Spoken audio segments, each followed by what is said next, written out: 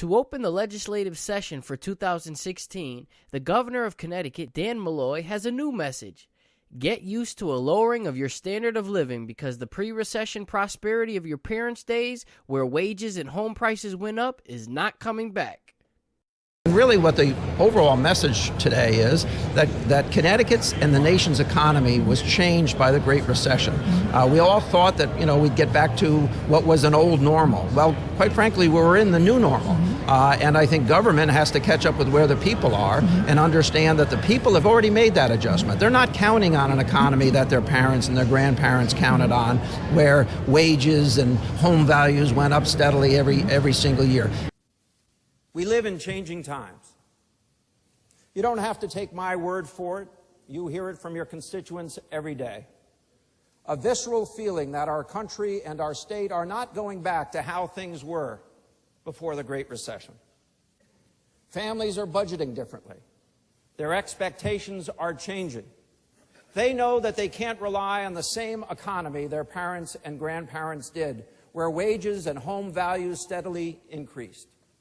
What the governor does not tell you is that many policymakers view the economic downturn and the lowering of our standard of living as a good thing because it means we use less energy, thus saving the planet from greenhouse gas emissions.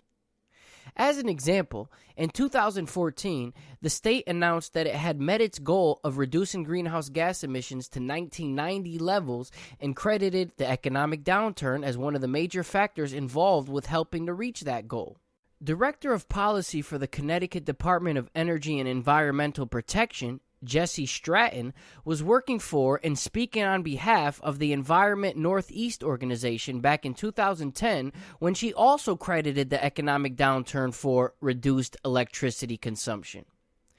To better understand this concept of a reduction in energy consumption being a good thing, we have to go back to at least 2001 when the state had announced its goal of reducing greenhouse gas emission in the state by up to 85%. This means a reduction in energy use, which means a reduction in the use of products that require energy to be made, which means a reduction in pretty much everything. As an example of the vast level of greenhouse gas reduction looking to be imposed by the state, a 2008 state document said that Connecticut will need to decrease greenhouse gas emissions by more than 1 million metric tons per year for over 40 years, which they say is equivalent to the emissions from electricity used by over 137,000 homes each year, or the emission from over 190,000 passenger vehicles each year. This idea that single-family homes and private motor vehicles are bad for the environment is being used by the state and federal government to implement a program of smart growth. Smart growth occurs when government attempts to reduce private motor vehicle and home ownership by using taxes, laws, and regulations to focus high-density development around a transit line. An example of this is occurring in the capital city of Hartford, where over 1,000 apartment units have been or are being constructed in the downtown area along the newly built CT Fast Track bus line. These construction projects have received millions of taxpayer dollars in loans, grants, and other forms of financial assistance. Policymakers like to tout the benefits of living in an apartment next to a bus line and not needing to own a car or maintain property, but they leave out the many benefits of home and car ownership. For example, your options as to where you would like to live, work, grocery shop, or seek entertainment are vastly increased when you have a personal motor vehicle. Without a personal motor vehicle, your options on where to live, work, shop, and play are limited to what is on your bus or train route. There are a number of benefits of personal home ownership as well, not the least of which being privacy and not having to be around people that you do not want to be around. When our buying options are limited in such a way by the state-sponsored energy reduction smart growth policies designed to restrict private motor vehicle ownership and single-family home ownership, this directly results in a lowering of our standard of living. This policy of smart growth was not created at the state level, though. It is a top-down policy that extends up through the federal government all the way up to the international government level with the United Nations.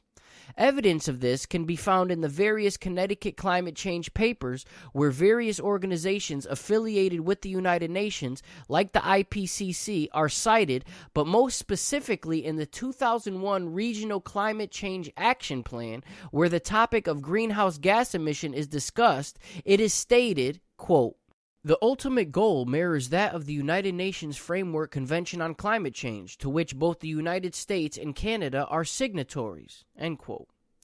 This is relevant because the United Nations is more explicit in their desire to lower the standard of living of industrialized nations like the United States, all in the name of fighting climate change. In the United Nations Agenda 21 Program of Action, an action plan presented at the same 1992 Earth Summit in Rio that the United Nations Framework Convention on Climate Change was presented, it states that, quote, "The major cause of the continued deterioration of the global environment is the unsustainable pattern of consumption and production, particularly in industrialized countries." End quote. This sentiment is even more explicitly expressed, and quite coincidentally in almost the same terms that Governor Dan Malloy is using, in the children's edition of Agenda 21.